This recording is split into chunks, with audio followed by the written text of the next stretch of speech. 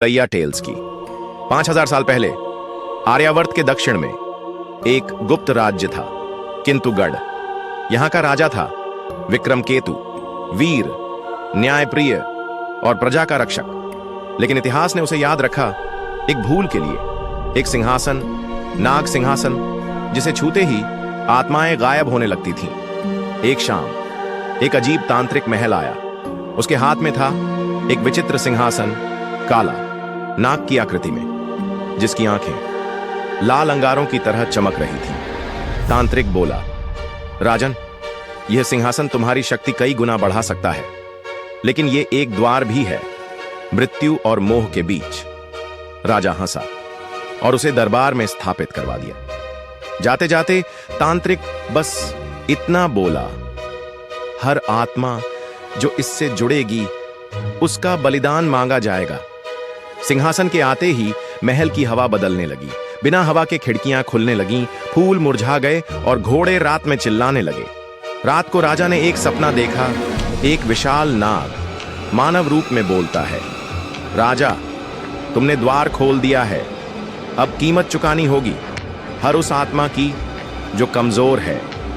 मंत्री चंद्रसेन, वर्षों से राजा का विश्वास पात्र, सिंहासन को देखकर बेचैन रहने लगा।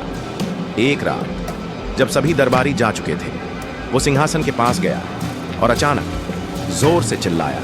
अगली सुबह वो मृत पाया गया, आंखें खुली की खुली, शरीर अकड़ा हुआ, हथेली पर जला हुआ चिन्ह, नाग का सिर। वैद्य बोले, हाथ पर पुरोहित ने राजा को अलग बुलाया। राजन, ये एक शिकार था और ये बस शुरुआत है। मंत्री की मौत के बाद रानी अंबिका बदलने लगी थी। रात को चुपचाप दीवारों को घूरती या सिंहासन को देखती रहती। तीसरे दिन वो अचानक गायब हो गई। पूरे राज्य में खोजबीन हुई।